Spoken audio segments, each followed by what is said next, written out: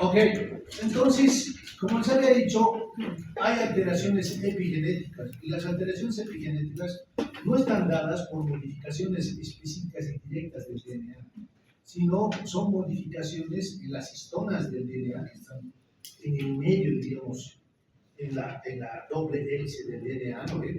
Que habitualmente nos van a producir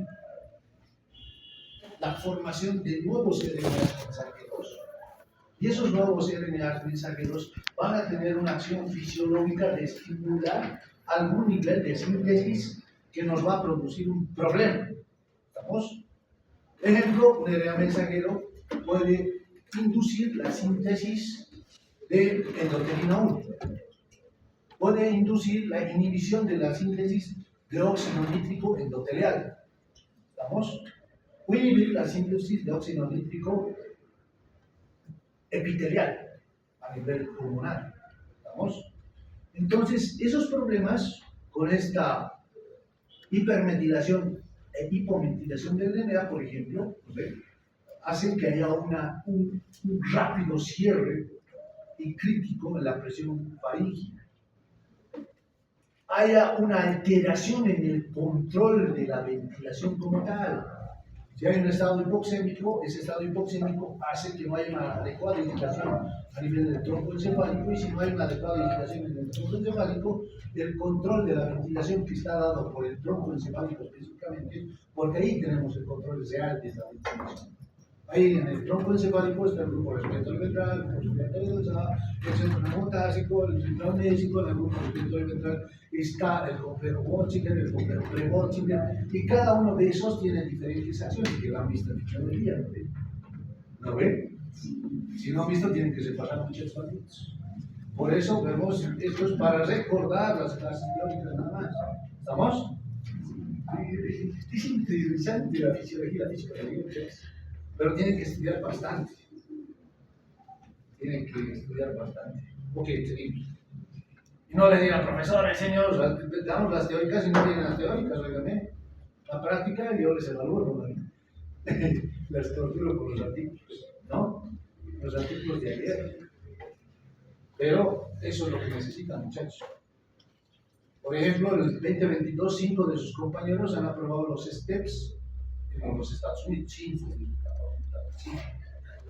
En 2018, 17, no me acuerdo bien, uno de los compañeros de la facultad ha obtenido la nota número 2 en Estados Unidos en los STEPS. Está concluyendo su residencia en el John Hopkins, el número 2. ¿Ah? La formación que se da es excelente, muchachos. Y deben aprovecharla más. ¿Vamos? Y siempre debe estar inscrita la autoformación. ¿Estamos? Ok, vamos. Luego vemos un mal manejo en los microdespertares. No hay un adecuado manejo. O sea, el paciente con ese estado hipoxémico que se encuentra, con esa apnea y hipopnea del sueño, no maneja adecuadamente el despertar, y por eso los pacientes tienen lo que es la respiración de Chain-Stokes. Un bajo respuesta de reflejo dilatador de los músculos de vía aérea superior, disminuye su respuesta dilatadora. Es por eso que la faringe es más colapsable. Y si es más colapsable, habitualmente hace que no haya un ingreso efectivo de aire que transporta el oxígeno y no entra efectivamente ese oxígeno a nivel alveolar, y por ende el intercambio gaseoso está activo. ¿No ven? Lo que conlleva a un ciclo vicioso de mayor apnea obstructiva del sueño, hipoxia intermitente, les había dicho, ¿no ven? Y esa hipoxia intermitente hace un estado de desoxigenación, ¿no ven? Eso altera el sistema nervioso simpático, parasimpático. De hecho, el simpático específicamente asociado a la hipertensión arterial sistémica secundaria por síndrome de apnea y hipopnea del sueño. Eso hace que haya hiperactividad vascular, ¿no ve? Que en última instancia va a ser el endotelio dependiente, fragmentación del sueño, porque estos pacientes no tienen un sueño efectivo, porque tienen micro despertares que habitualmente van de 1 a 3 segundos, y eso hace que los pacientes también tengan hipercapnia intermitente. No solamente tienen hipoxia intermitente, sino también hipercapnia.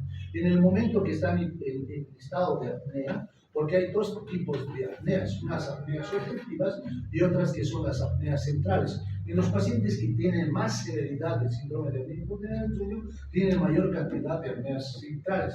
Y esas apneas centrales hacen que el paciente entre en un estado hipercápnico más. Imagínense un estado de hipoxia, estado hipoxémico hipercápnico. Los pacientes ya están ingresando en una insuficiencia respiratoria aguda tipo 2, hipoxémica hipercápnica. ¿Estamos?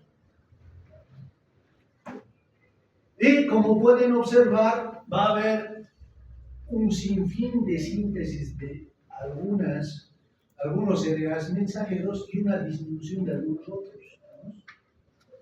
Como ven acá. Algunos incrementos, ¿no?, de algunos genes van a incrementar, como este HDAC2, y una disminución del FLT1. Específicamente les voy a mandar el paper para revisar. Este es un esquema de revisión nada más. Porque cada gen que ven acá, cada RNA mensajero que observan acá, tiene una acción diferente, es gigante. No le voy a contar mucho, digamos, de eso. Lo más efectivo. Todas estas modificaciones nos llevan a un estado de inflamación, algunos casos apoptosis, ¿no? En algunos casos hay antiapoptosis, que va a estar con el cáncer, disfunción endotelial.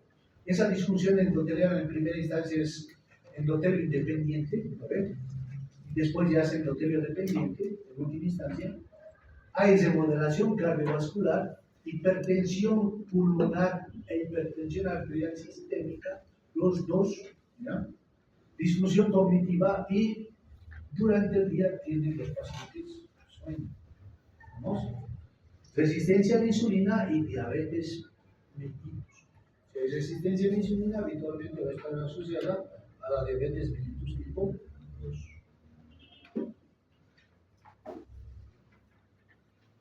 El IBBA, muchachos, trabaja con estos parámetros.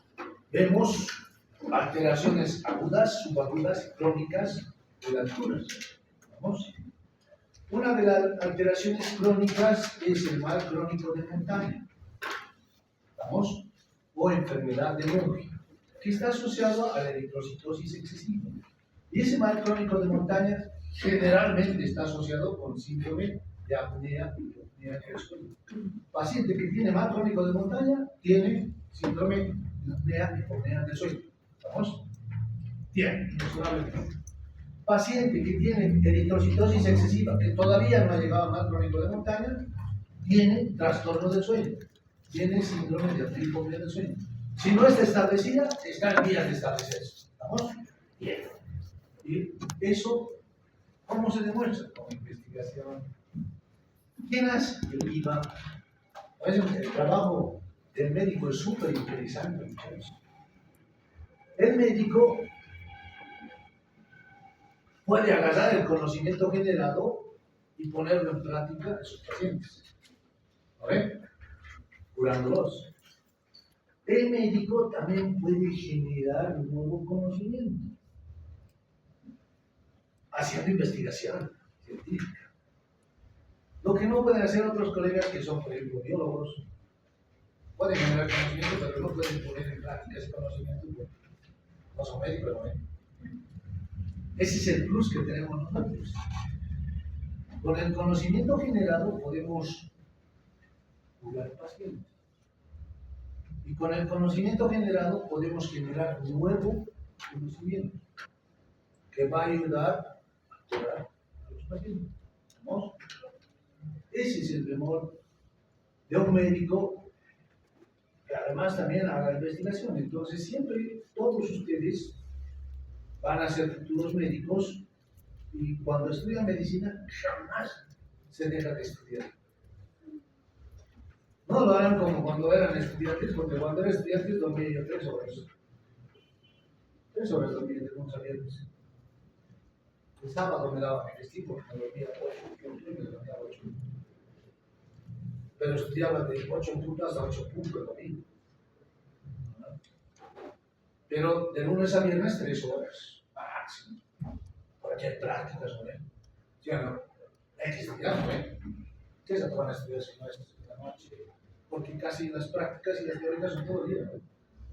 ¿Sí o no? No. El bemol es el medio.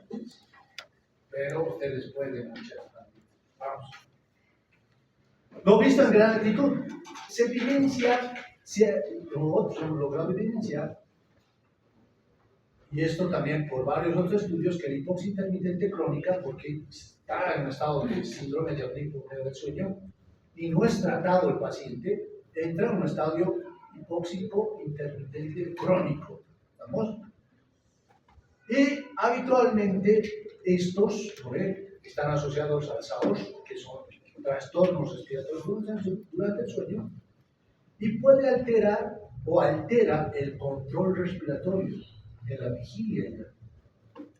Durante la noche, ese estado de hipoxemia y reoxigenación hace que haya una alteración en el control respiratorio por ese incremento de las especies activas de oxígeno, y por ende, durante el día, estos pacientes no tienen una ventilación efectiva, tienen una hipoventilación alveolar.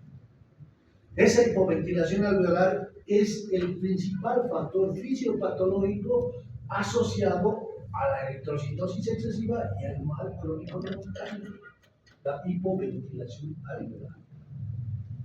En este caso del SAOS, porque ha habido una afectación en el control respiratorio a nivel del tronco encefálico.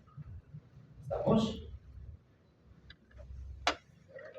Se ha sugerido que el estado redox, me han dicho, estas especies activas del oxígeno, puede jugar un papel clave como mediador de ese control ventilatorio de deteriorado. Y es real. Es real. Las especies activas de oxígeno se incrementan 4 veces más cuando el paciente tiene un estado de hipoxia intermitente durante la noche. 4 veces más. ¿Estamos? Y hacemos la polisomnografía, muchachos, para determinar si este paciente tiene SAOS o no, o alguna otra alteración del sueño. ¿Qué estudiamos? El electroencefalograma. El electroencefalograma nos sirve para determinar las ondas alfa, beta, teta y gamma de la actividad eléctrica del encéfalo. ¿Vamos? Movimientos oculares. Los movimientos oculares nos sirven para efectivizar si el paciente está en sueño REM o no REM. REM, movimientos oculares rápidos. En sus siglas en inglés, REM, ¿no? Rapid Eye Movement. ¿No? Entonces, tiene un sensor de movimientos oculares que nos sirve de evidenciar si el paciente está en sueño REM o sueño no REM. Electromiografía mentoniana, se produce 2 electrodos a nivel de macetero, y en extremidades inferiores. Nos van a verificar si hay contractura muscular en los músculos maceteros o en tibiales anteriores. ¿Estamos? Ahí vamos a poder determinar si hay síndromes de pies inquietos, etcétera, etcétera, que están asociados con las 84 patologías que están divididas en 4 subclasificaciones de la clasificación internacional de trastornos del sueño. ¿Estamos? Interesantes, ¿no? Luego vemos el flujo buconasal. Habitualmente el flujo nasal lo vemos con un termistor nasal. Está puesto en la nariz, es como una bigotera de oxígeno.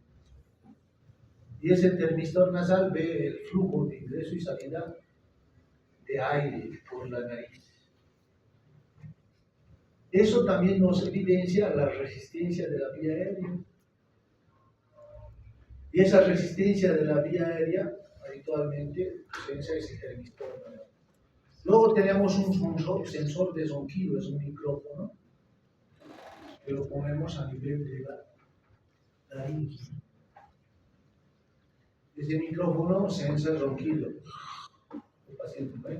Y se clasifica leve, moderado y severo. Luego tenemos movimientos del tórax y abdomen. ¿Cómo se sensan los movimientos? Con eso evidenciamos el esfuerzo torácico y abdominal de la respiración con cinturones, un cinturón torácico y un cinturón abdominal. El electrocardiograma. Utilizamos un electrocardiograma de dos derivaciones que nos va a evidenciar si hay el ritmo sinusal, la frecuencia cardíaca, si el paciente va a tener algún tipo de arritmia durante la noche.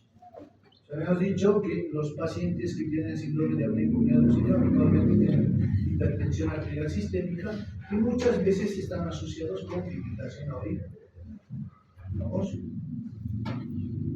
La saturación de oxígeno, se pone un pulso oxímetro del pulso y se conecta al sistema. Ahí vamos viendo la saturación de oxígeno. Y la posición, se pone un sensor de posición en el cinturón torácico. El paciente puede estar en el dorsal, por lateral izquierdo, por lateral derecho, y ahí vamos viendo en qué posición el paciente tiene mayor cantidad de eventos respiratorios. ¿Vamos? Y ahí podemos evidenciar también en qué posición el paciente tiene menor cantidad de eventos respiratorios. Y eso también nos sirve para hacer el tratamiento. ¿Vamos? Ahí está el laboratorio, muchachos, de polisomografía. El cinturón torácico, este blanquito que ven acá es el sensor de posición, el termistor nasal, el electromiograma, aquí ven en los mintones, como pueden ver. Aquí están conectados los sensores del electroencefalograma, como pueden observar. Aquí tenemos el micrófono que está pegado, ¿ven? El micrófono que sensa el ronquido del paciente, y este acá está conectado a este sistema, que es una cadena de polidrografía, que lo conectamos al sistema ALICE 4 con el que trabajamos arriba, y tenemos estos parámetros de acá, ¿ven? Esto es lo que se ve en la computadora.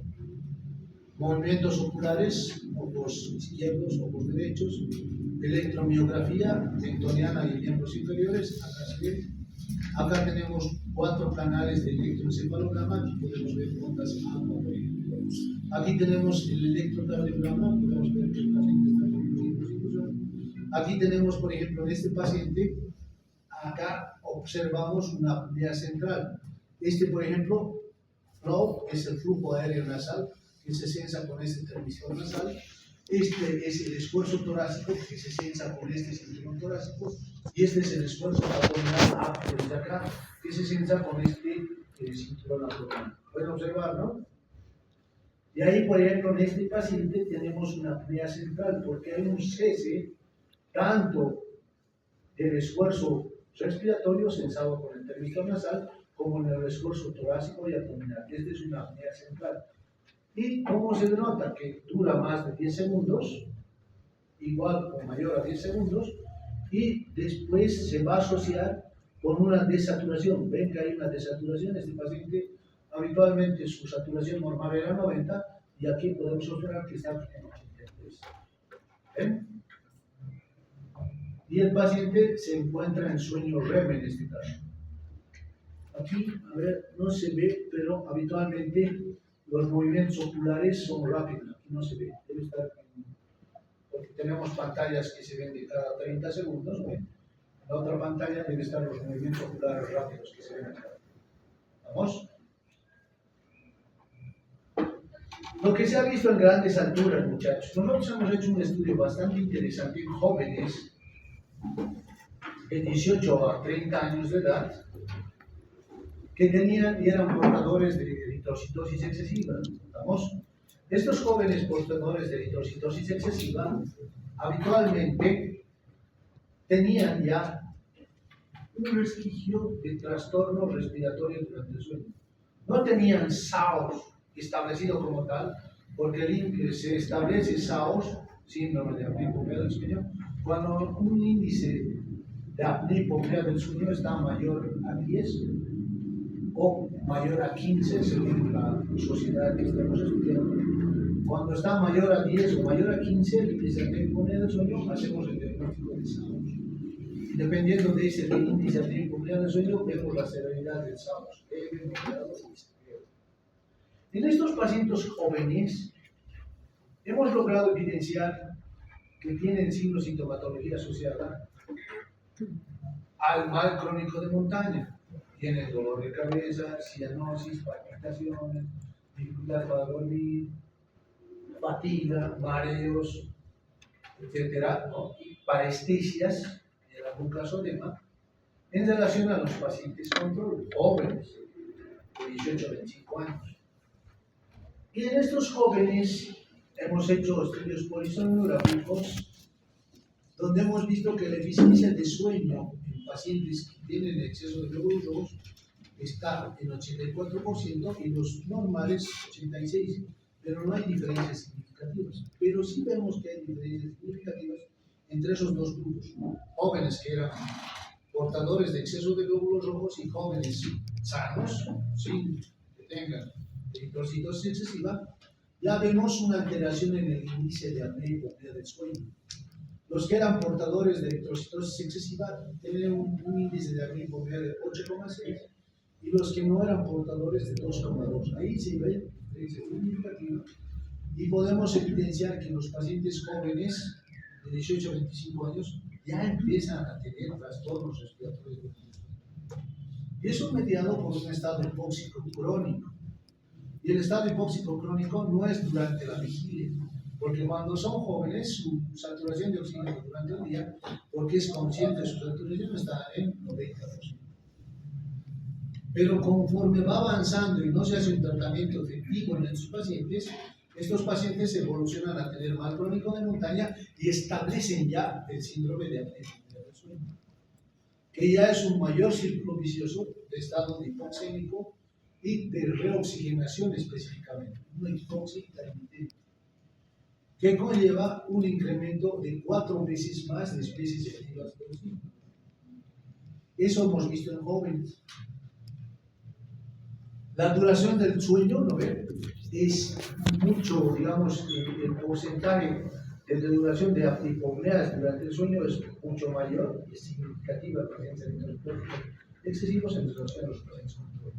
Eso lo hemos logrado ver y como hacemos referencia, si dice la bibliografía que incrementa las especies activas del oxígeno, hemos determinado que sí hay un incremento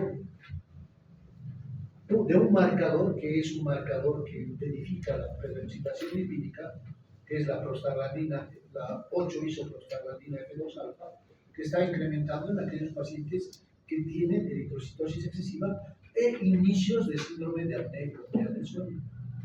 Este es un estudio polisomnográfico, por ejemplo, muchachos, de un paciente joven sano. Este paciente no tiene eritrocitosis excesiva, no tiene alteración cardíaca, porque los protocolos que hacemos en el IVA para determinar que un paciente esté sano se hace una revisión clínica, una historia clínica, ¿no? Donde hasta a través del examen físico se le hace un electrocardiograma, una ecocardiograma, se le hacen pruebas de función respiratoria, una espirometría, una topografía postural, una difusión arterial, una gasometría arterial para determinar que el paciente esté un hemograma completo para ver que el paciente esté sano. Si no es un paciente sano, no es un paciente efectivo para hacer estudios. Pero eso conlleva harto dinero, muchachos. Porque hacerle un electrocardiograma, 400 pesos, un ecocardiograma, 1.500 bolivianos. ¿O no? Por eso trabajamos con la asociación con los clínicos. Y tenemos ahora, por ejemplo, un convenio efectivo con la Universidad de Colorado, Estados Unidos, un convenio efectivo con la Universidad de Laval de Canadá, y estoy gestionando otro convenio con la Universidad de Suiza. Y lo que quiero concretar es que ustedes vayan a hacer su pasantía en Laval en Canadá o en Colorado en Estados Unidos. Creo que voy a poder concretar las pasantías en Laval, Canadá, porque ya me han mandado la solicitud de que uno de sus estudiantes venga a hacer una pasantía acá. Si vienen, ya nos abren la puerta para que ustedes vayan. ¿Ven? ¿Sí o no? ¿Ven? Entonces, eso hay que hacerlo. Pero a ver, es una súper interesante, pero hay que hacerlo.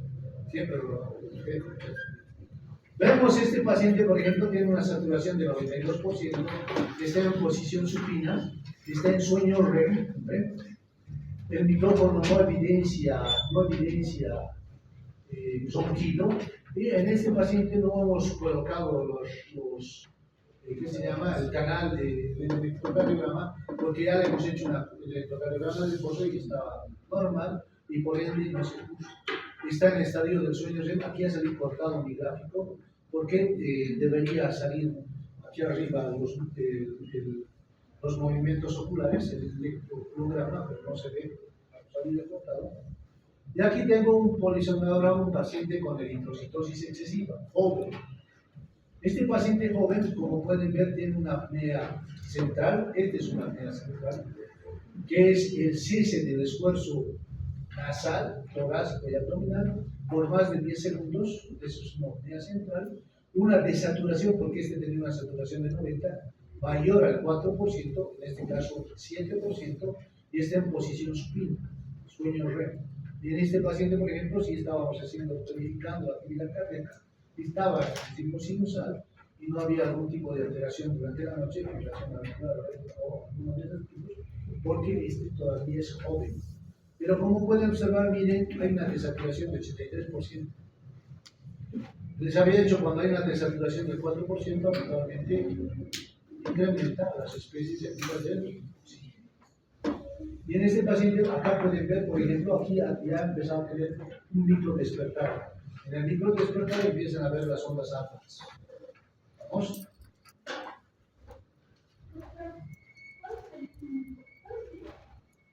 ¿Va a salir? Sale. O sea, no mucho tardamos, ¿no?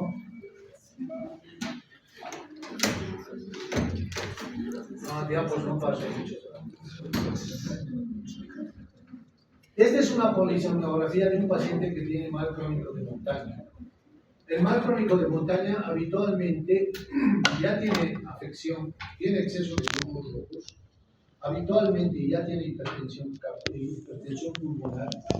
Esa hipertensión pulmonar va asociada con hipertensión venocapilar pulmonar. Ya tiene el paciente algún tipo de insuficiencia cardíaca y en algunos casos insuficiencia cardíaca global. ¿Vamos? Y este paciente está súper afectado. Tiene alteraciones en las funciones vitales superiores y evidencia, por ejemplo, aquí ven su saturación, miren, 77%, joven por lo menos estaba 83%, 77%, y aquí empieza con una apnea central primero, miren, hay un cese del esfuerzo nasal, respiratorio, un cese en el esfuerzo torácico y abdominal, y después sigue el cese del flujo nasal y sigue el esfuerzo torácico y abdominal. Esta es una apnea central seguida de una apnea obstructiva. Esto se llama una apnea mixta. ¿Vamos? Es una apnea mixta.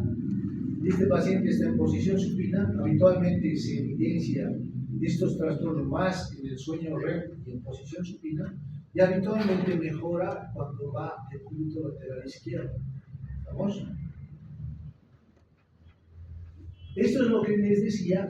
En estos jóvenes hemos determinado los niveles de antioxidantes exógenos y los marcadores de oxidantes, antioxidantes endógenos y marcadores de oxidación endógena.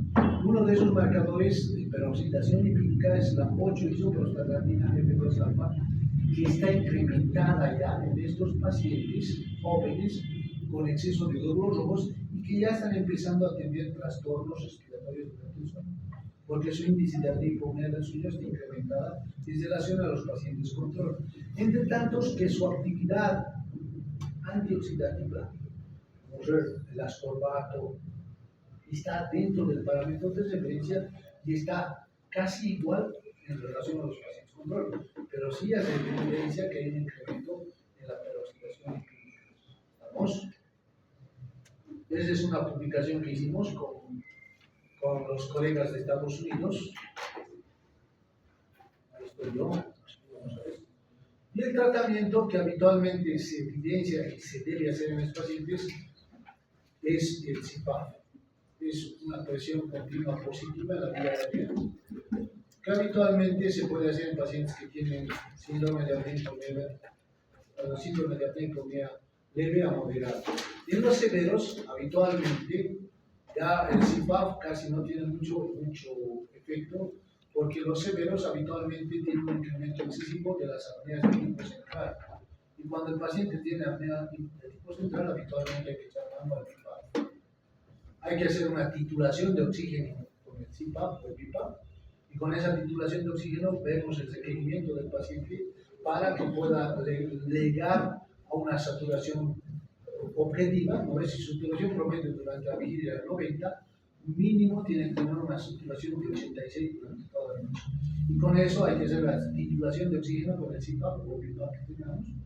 Y le hacemos la titulación y le hacemos esa presión positiva continua, y el paciente tiene que estar en el 86%. Pero les había dicho, como el paciente estaba preocupado a dormir por 77%, y hemos dicho que si le aumentamos más del 4% de un basal que estaba de 77, nos va a producir especies activas de oxígeno. Les hemos dicho que tenemos que echar a mano antioxidantes exógenos. ¿Vamos? Y uno de los antioxidantes exógenos, excelente les digo, que además estabiliza el IF1, lo estabiliza y no se expresa, es el ácido ascórbico. Es la vitamina C en su forma ascórbica, porque es la vitamina C en su forma cítrica. En su forma ascórbica habitualmente nos estabiliza el IF, y además de estabilizarnos el IF, es un excelente antioxidante exógeno. ¿Estamos? Gracias.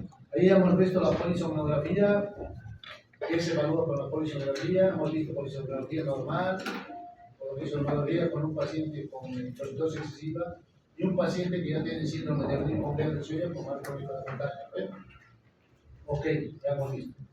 La difusión alveolo-capilar es otra prueba de función respiratoria que también la hacemos en el IVA. Y esa difusión alveolo-capilar en el IVA la hacemos con el monóxido de carbono, y es el famoso DLCO.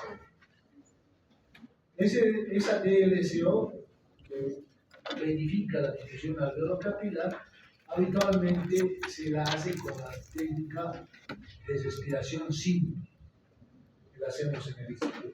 ¿Okay? Esta difusión alveolo-capilar, esta DLCO que hacemos en el instituto, pone información acerca de alteraciones en el parénquima y en el lecho vascular pulmonar. En el parénquima puede evaluarnos estados patológicos como el enfisema, intersticiopatías, ¿okay? Enfermedades vasculares como es hipertensión arterial pulmonar, tromboembolia pulmonar, ¿no? Su disminución refleja pérdida o daño en la superficie del intercambio gaseoso, y tiene criterios de aceptación. Y el criterio de aceptación es que el volumen alveolar debe ser menor o igual a la capacidad pulmonar total. Entonces, ¿cómo se hace esta difusión alveolo-capilar? Utilizamos el monóxido de carbono. Ustedes saben que el monóxido de carbono tiene una afinidad a la hemoglobina más de 200 veces que en relación al oxígeno.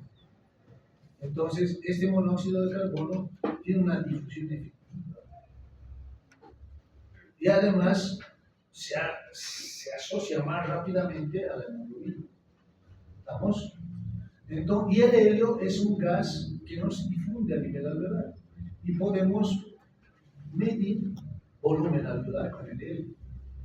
Es por eso que utilizamos una mezcla de monóxido de carbono, helio y oxígeno. Monóxido de carbono 0,3, de helio 10% y un oxígeno de 21%. Y se hace esa TLO con la técnica de respiración simple. Al paciente se le pide en primera instancia que respire con una pinza en la nariz, respire normalmente, de tal forma que evidencie un volumen corriente. Una vez que está respirando el paciente un volumen corriente efectivo, una respiración tranquila, se le pide que inspire y en ese momento se abre la válvula donde al momento de inspirar aspira esa mezcla que hemos visto de monóxido, helio. ¿Estamos? Inspira y el paciente mete esa mezcla y debe tener una apnea de más o menos de 10 segundos. Ahí esa mezcla de gas va viendo el intercambio gaseoso y el volumen alveolar e inmediatamente se hace una expiración forzada. ¿Vamos? Técnica de respiración simple, porque tiene una inspiración forzada y una expiración forzada. Empezamos con una ventilación volumen corriente. Y después de expirar, este aire expirado se va a una bolsa donde el equipo se encarga de censar. ¿Estamos? Entra ese gas, como pueden ver aquí en este gráfico. Hay esa difusión del monóxido de carbono, hay ese helio que calcula el volumen pulmonar, porque hemos dicho, y posteriormente vamos a tener los datos de la difusión alveolo-capilar. Los datos de la difusión alveolo-capilar se dividen en ml, minuto, milímetro de mercurio, y en habitantes de grandes alturas, de 20 a 35 años, habitualmente es de 28,6 más menos 1,4 ml, minuto, milímetro. Eso es datos para nuestra ciudad de La Paz. En Santa Cruz, que es casi similar a nivel del mar, una difusión alveolo-capilar normal es de 20,2 más menos 1,8 ml, minuto, milímetro de mercurio. ¿Vamos? Es casi similar al mar porque está a 150 metros sobre el nivel del mar. Esta DLCO debe ser corregida para el nivel de hemoglobina que tenemos acá. Porque además el equipo censa la presión barométrica en la que nos encontramos y se debe hacer la corrección con el nivel de hemoglobina porque les había dicho que el monóxido de carbono es 200 veces más que se unen 200 veces más rápido que el oxígeno de hemoglobina y por ende debe corregirse con el hemoglobina. Para hacer este estudio de la DLCO, habitualmente el paciente debe venir con su biometría hemática, porque debe ponerse el nivel de hemoglobina en el equipo. Y se corrige con esta fórmula que se llama la fórmula Gelina-Cara. Es la DLCO efectiva que vamos a obtener, no corregida, no es salir del equipo, y con el nivel de hemoglobina tenemos la DLCO corregida. ¿Vamos? Y dependiendo de esa difusión alveolo-capilar, también nos reporta, en porcentaje del predicho, tenemos el predictivo del paciente, según el peso, tallo, etc. Y lo que nos obtiene y el porcentaje. ¿Vamos? Ahí tenemos un estudio ya hecho, difusión alveolar, la corregida, 41,7 ml por minuto centímetro de agua. Hace referencia que tiene 133%, está por encima del parámetro de referencia, y este valor ha sido corregido por el nivel de hemoglobina del paciente. ¿Vamos? Es otro estudio que también se hace en el IPPA, pero ahora estamos en detrimento porque está mal funcionamiento del equipo. Pero con el convenio que he hecho con Estados Unidos, tengo previsto que este septiembre lleguen los colegas y podamos hacer efectivo un modificado. ¿No? Porque no hay de otra forma, muchachos. Nuestro presupuesto está aquí. Prueba de ejercicio, otra prueba de función respiratoria, muchachos. La caminata de los 6 minutos. Esta es una prueba de ejercicio súper sencilla, que también la hacemos en Geneva. Habitualmente es caminar sobre una superficie plana durante 6 minutos, que debe ser medida la superficie plana. Debe medir efectivamente y el paciente debe caminar durante 6 minutos. Se evalúa esfuerzo percibido, ¿no?, por el paciente o a través de la escala de Borg. La escala de Borg nos dice el esfuerzo y la disnea que tiene el paciente. ¿Okay? Se controla la saturación de oxígeno al inicio, antes de iniciar la prueba, vos, al concluir la prueba, se evidencia la saturación de oxígeno, la frecuencia cardíaca y la cantidad de metros recorridos. ¿Cuántos metros ha recorrido? Eso sí. Se evidencia la presión arterial pre y post ejercicio, como les decía referencia. Tenemos criterios de detención, porque cuándo debe detenerse el paciente. Cuando hay una desaturación más del 4% del basal del paciente, debe detenerse el ejercicio, porque habitualmente o se debe mantener la saturación efectiva o debe incrementar un poco, pero no debe disminuir más del 4%, porque si disminuye más del 4%, habitualmente es un indicador indirecto de shunt intrapulmonar. Y si hay shunt intrapulmonar y está en esfuerzo, el paciente puede conllevarnos a un infarto agudo de miocardio o a una angina.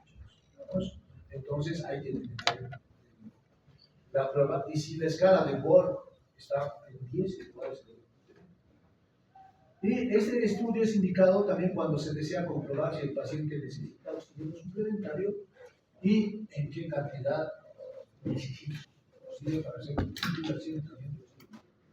Igual que veíamos que en el CPAP hacemos la titulación de oxígeno.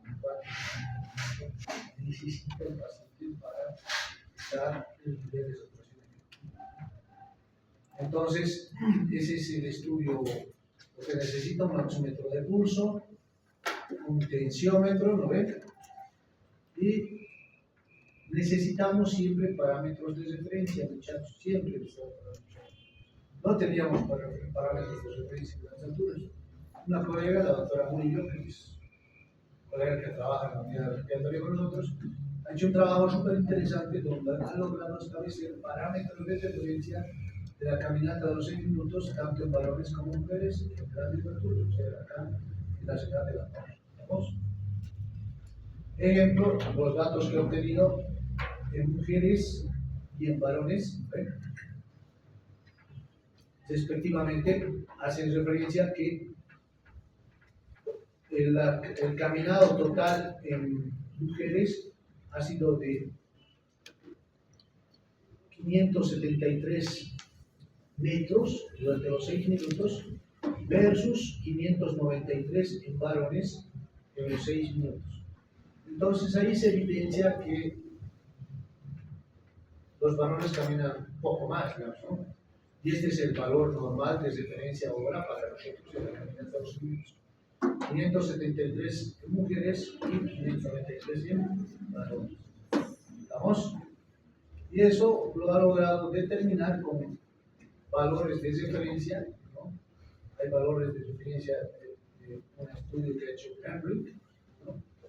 Oslo, que han hecho estudios de la caminata de 6 minutos. Uno lo hizo, si no me equivoco, ha sido en Chile, y el otro colega ha sido en México. Entonces ya tenemos parámetros de referencia. ¿Vamos? Esta es la prueba que se hace en el IVA, ¿no? Se evidencia el número de metros que ha recorrido el paciente, la saturación arterial, la presión arterial del paciente, la frecuencia cardíaca, el índice de disnea antes de la prueba, ¿no? El índice de fatiga que tiene el paciente, disnea y fatiga que son las escalas de Borg, y los mismos datos al finalizar la prueba, ¿no? Se da estímulos al paciente y se va anotando cuánto de diferencia obtenido en pre y post caminata. ¿Vamos? Luego la otra prueba de función respiratoria que está asociada a la espirometría es la prueba de esfuerzo incrementada para descartar asma inducida por el ejercicio. Otra prueba que hacemos en el IBBA, muchachos, por ejemplo, ahí se evidencia cambios en el volumen expiratorio forzado en un segundo, cambios en la frecuencia cardíaca, la saturación y la presión arterial, pero lo que nos interesa es el volumen expiratorio forzado en un segundo. En reposo, por ejemplo, este paciente ha obtenido 279, post esfuerzo ha obtenido 270, al primer minuto 282, a los 5 minutos y a los 10 y a los 15 minutos ha obtenido casi similar, pero no ha habido una diferencia significativa en este paciente. ha habido una diferencia, un cambio de menos del 2%. Entonces, no evidenciamos en ese paciente un asma inducida por el ejercicio. Cuando evidenciamos que hay asma inducida por el ejercicio, que haya una diferencia mayor o igual, ahí sí es el 10% del volumen respiratorio forzado masculino post ejercicio. Cuando hay mayor o igual 10%, ahí tenemos que hacer prueba, en este caso, prueba positiva para el ejercicio para la asma inducida por el ejercicio. ¿Vamos? Después le damos, después de 30 minutos de esfuerzo, se le da el broncodilatador para ver la respuesta a ese, ¿no ven? A ese broncodilatador, y ahí se va dando, digamos, ¿no? La espirometría basal dice, no muestra sin alteraciones de significancia, ¿no ven? Con la prueba broncodilatadora no hay cambios significativos, o sea que no ha habido respuesta positiva. Y este paciente, como ha visto 2% de cambio, ¿no? El estudio practicado no pone de manifiesto que el paciente sea portador de asma inducido por el ejercicio, porque ha habido un cambio de 2% solamente. ¿Vamos? La mecánica ventilatoria, ya estamos terminando, vamos. Ya vamos, muchachos. La mecánica ventilatoria, muchachos, es otra prueba de función respiratoria que también se hace en el Instituto de Temperatura.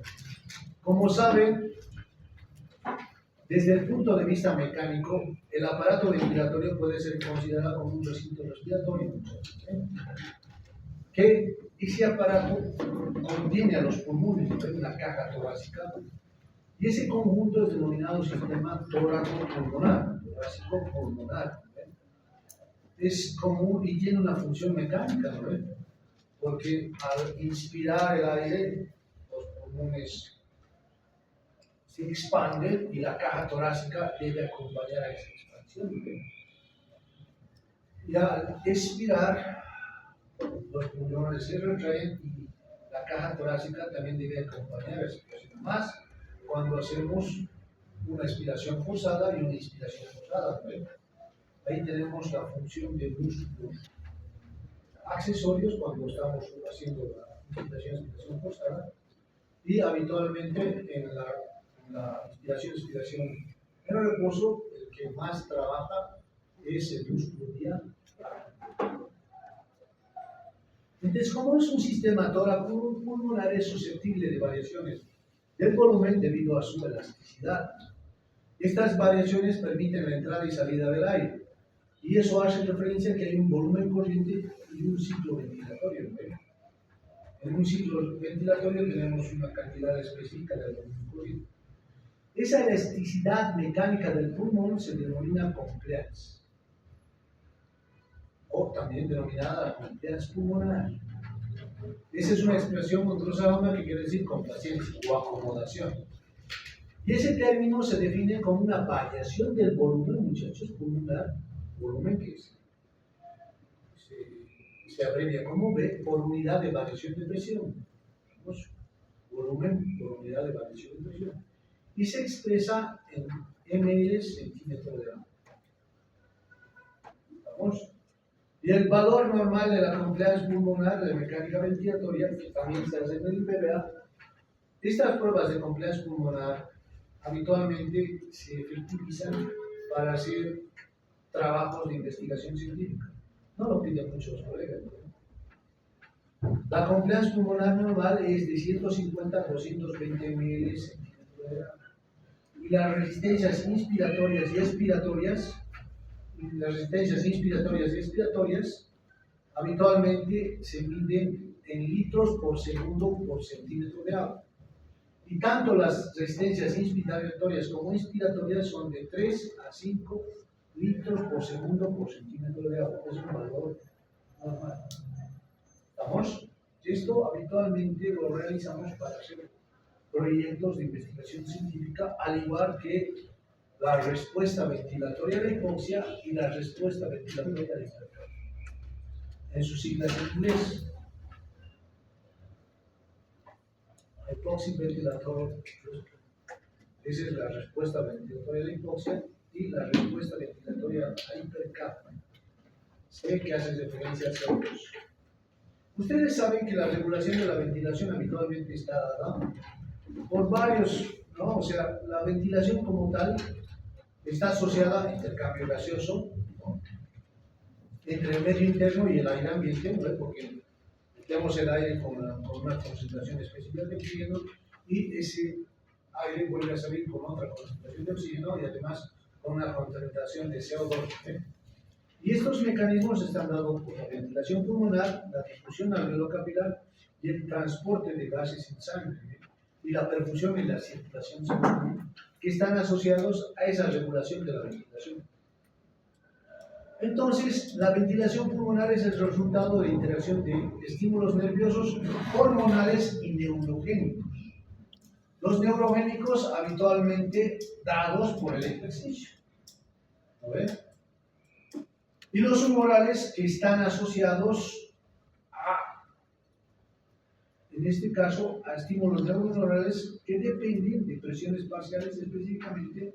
Una de esas presiones parciales que determinan esa ventilación pulmonar es el oxígeno y el otro es el CO2. ¿Ve?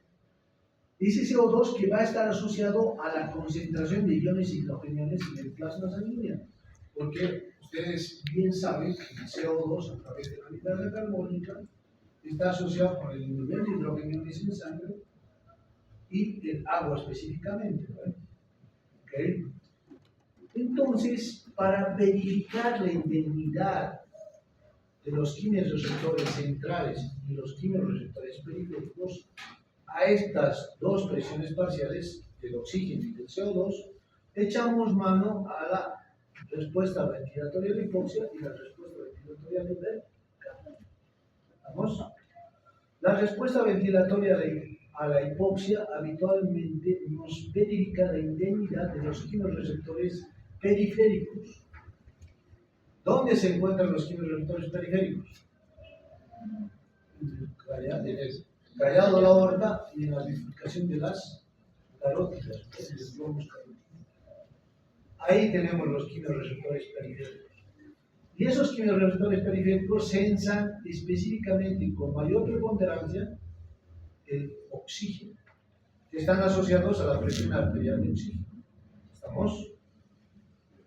¿Y cómo se verifica la indemnidad de estos quimiorreceptores periféricos? Con la respuesta ventilatoria de hipoxia. ¿Estamos? Porque esa respuesta ventilatoria de hipoxia, allá sus dos compañeros, si van a charlar, salgan nomás, por favor. Vayan a charlar tranquilos afuera. No tienen la necesidad de estar, por eso que si van a estar, les ruego tengan la gentileza de estar atentos. De otra vez les voy a pedir muy gentilmente que abandonen el aula. ¿Estamos? Es de mala educación que el profesor esté hablando y el estudiante esté hablando, indistintamente que esté grabando. ¿Estamos? Si van a grabar y no van a atender, mejor estar en clase, ¿no? Es mejor estar en casita.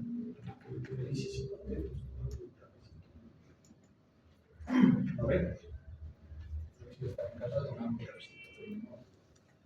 Ya vamos. Entonces, la respuesta ventilatoria de hipoxia verifica la indemnidad de los quimiorreceptores periféricos. Porque verifica la indemnidad de esos quimiorreceptores periféricos dados por los cambios de presiones parciales del oxígeno. Eso no quiere decir que estos quimiorreceptores periféricos también nos sensen la concentración de CO2, la presión parcial de dióxido, pero con preponderancia del oxígeno. Entre tanto, los quimiorreceptores centrales son más sensibles a la concentración de iones hidrogeniones, que están asociados a la concentración de presión arterial de dióxido de carbono. ¿Vamos? Y la respuesta ventilatoria a la hipercapnia está. Mide la indemnidad de los quimiorreceptores centrales, a diferencia del HBR, que mide la indemnidad de los quimiorreceptores periféricos. ¿Estamos? ¿Para qué nos sirve esto? La respuesta ventilatoria de hipoxia se tiene una concentración, una fracción inspirada de oxígeno en una bolsa específica que tiene una concentración de oxígeno de 21%. Eso es lo normal, ¿no ve? Una FiO2 de 21%. Esta respuesta ventilatoria a la hipoxia, vamos disminuyendo esa concentración de FiO2 de oxígeno. 18, 15, llegamos hasta 11%. Y la respuesta ventilatoria normal tiene que ser un incremento de la ventilación minuto. Como está sensando que hay una disminución de la presión arterial de oxígeno, los quimiorreceptores periféricos estimulan que incremente la ventilación minuto. Y tiene un parámetro de referencia. Lo vamos a ver más adelante.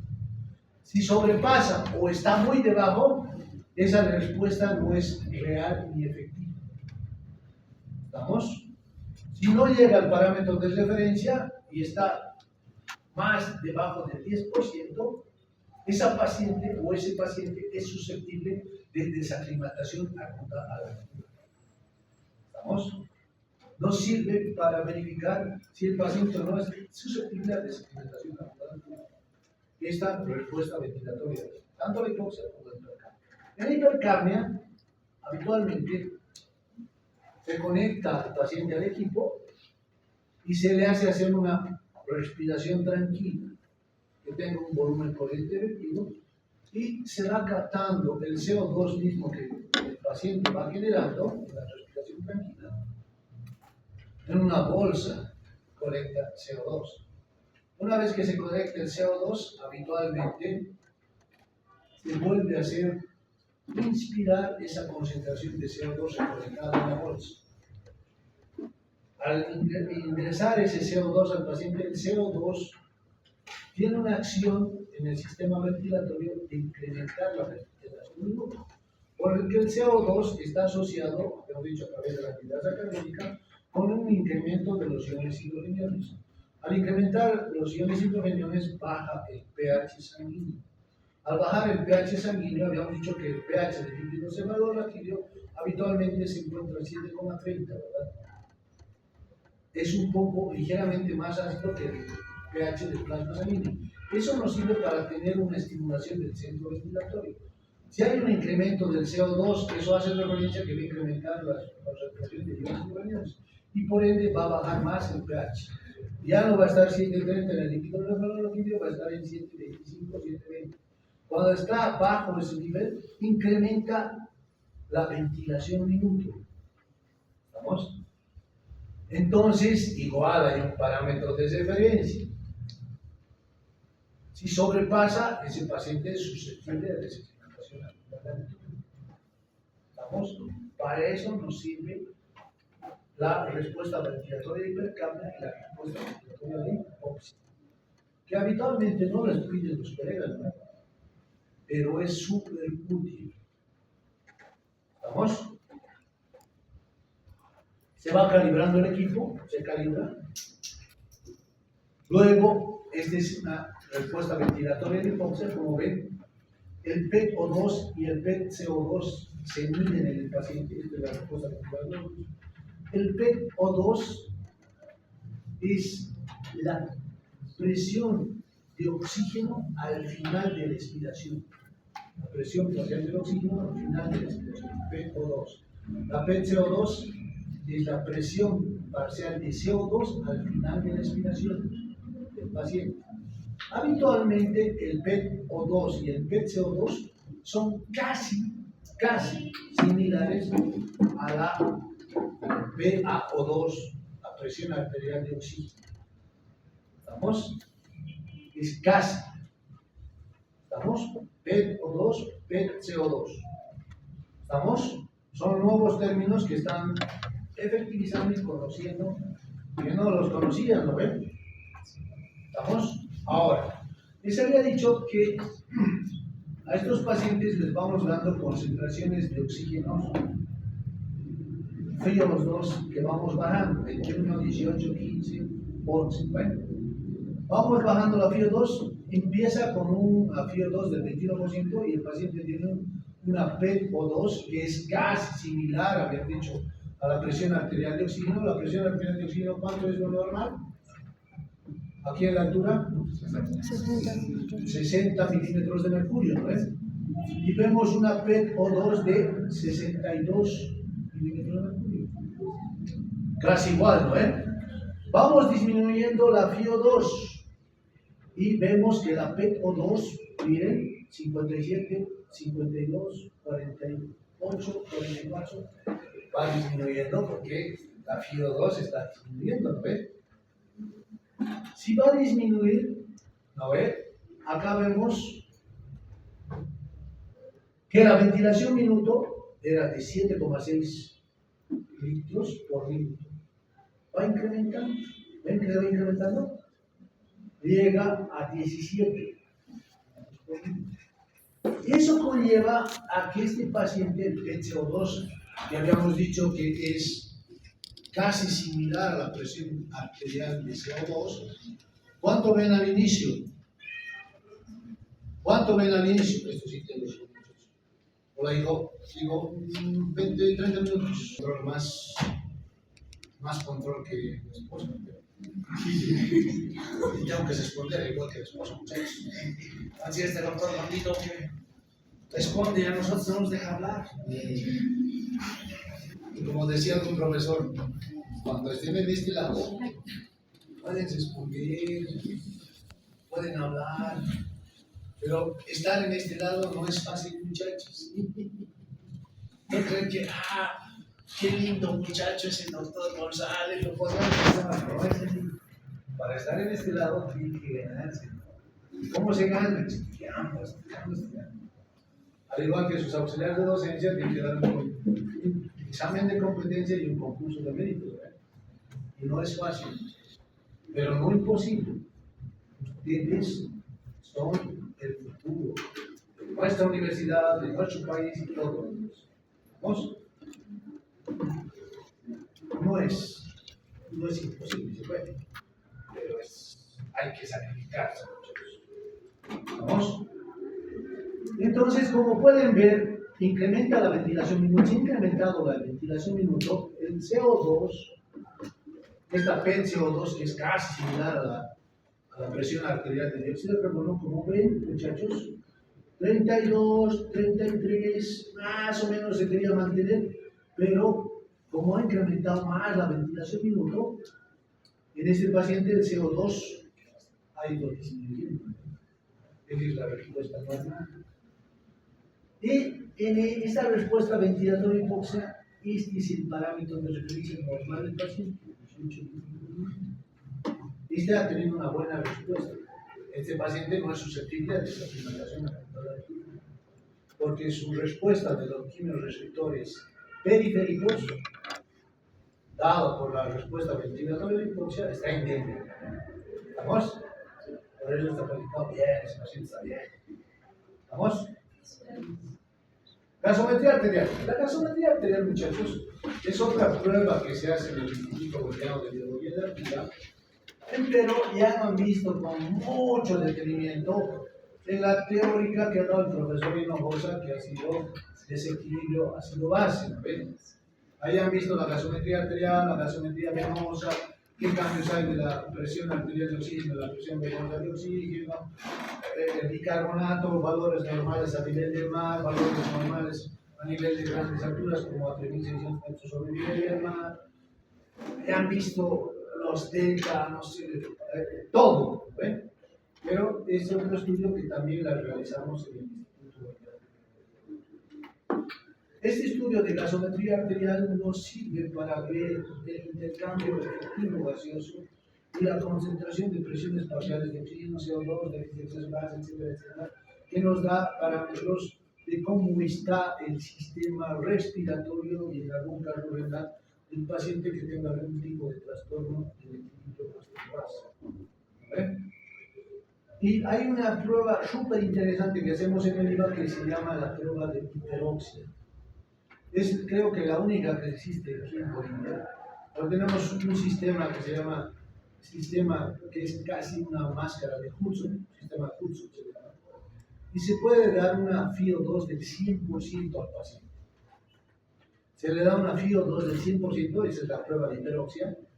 Y habitualmente la presión arterial de oxígeno debe superar los 250 milímetros de mercurio, con desafío doble.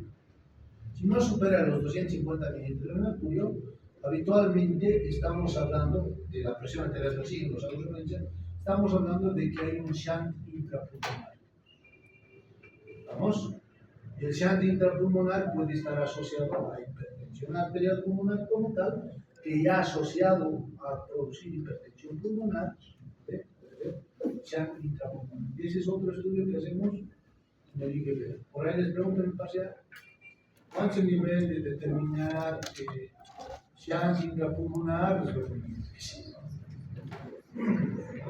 Voy a poner 100 milímetros de mercurio y la presión arterial del signo, voy a poner 36 milímetros de CO2, no sé. Los libros de referencia que utilizamos en el IGA, parámetros biológicos, y los artículos que les voy a pasar. Háganme recuerdo, por favor, les tiene que mandar de anemia. ¿Ya? Listo, muchachos, vámonos.